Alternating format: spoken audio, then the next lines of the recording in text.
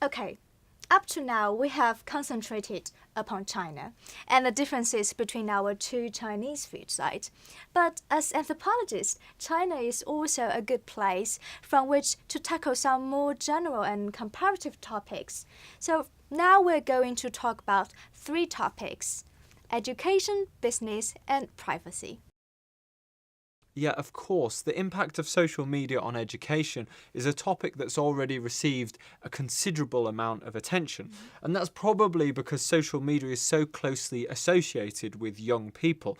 But also, there's a lot of uncertainty and anxiety about the actual effect that social media is having on young people's learning. And don't forget, Tom, the Chinese education system is often seen as being very different from everywhere else. Yeah, that's absolutely right, Xin Yuan. For example, China has this notoriously difficult university entrance examination system, which puts an incredible amount of pressure on students.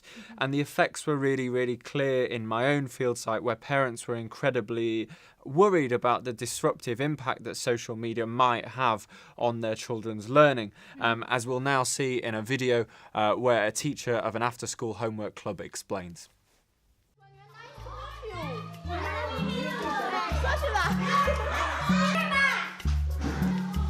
Yeah!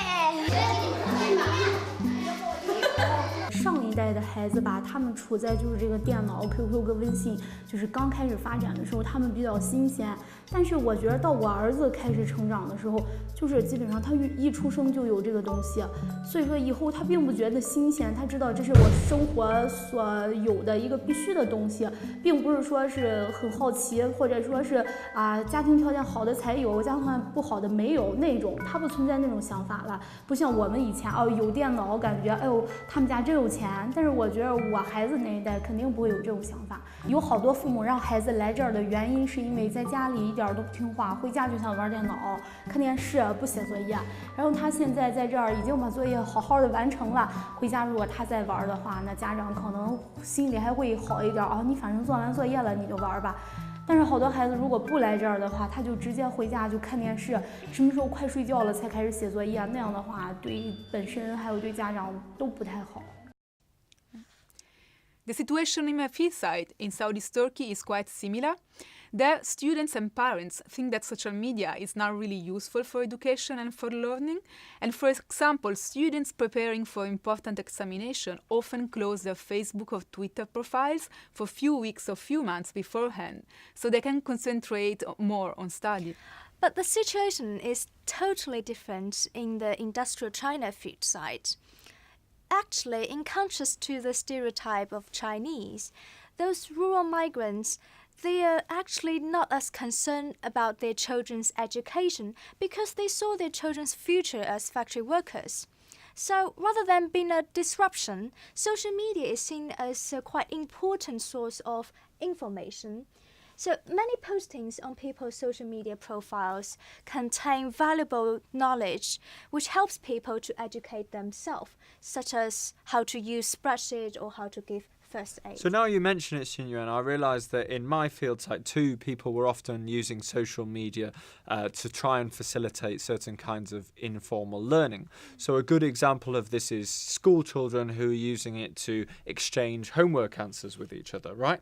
And another good example of this comes from our Brazilian field site, where because it was quite poor, some of the young people felt there was a real limit to what they could get from formal education. And instead they were using social media to try to improve and develop their reading and writing skills. And a side effect of that was that actually a lot of their text-based communication that happened on social media remained inaccessible to their parents because their parents were actually illiterate. My field site in South Italy combines several of these elements because their teachers prohibited the use of mobile phones in class. However, students felt that they have to use mobile phones and social media at school because home education and traditional forms of kinship and solidarity were believed to be much more effective than formal education in actually helping them to find work. Okay, thanks everyone. So already we can see that the contrast within China is actually just part of a much broader comparative picture. And these attitudes towards social media come as much from, cases of the specific school systems as they do from factors like employment or levels of literacy or other kinds of influences that really only emerge from our own broad-based ethnographies.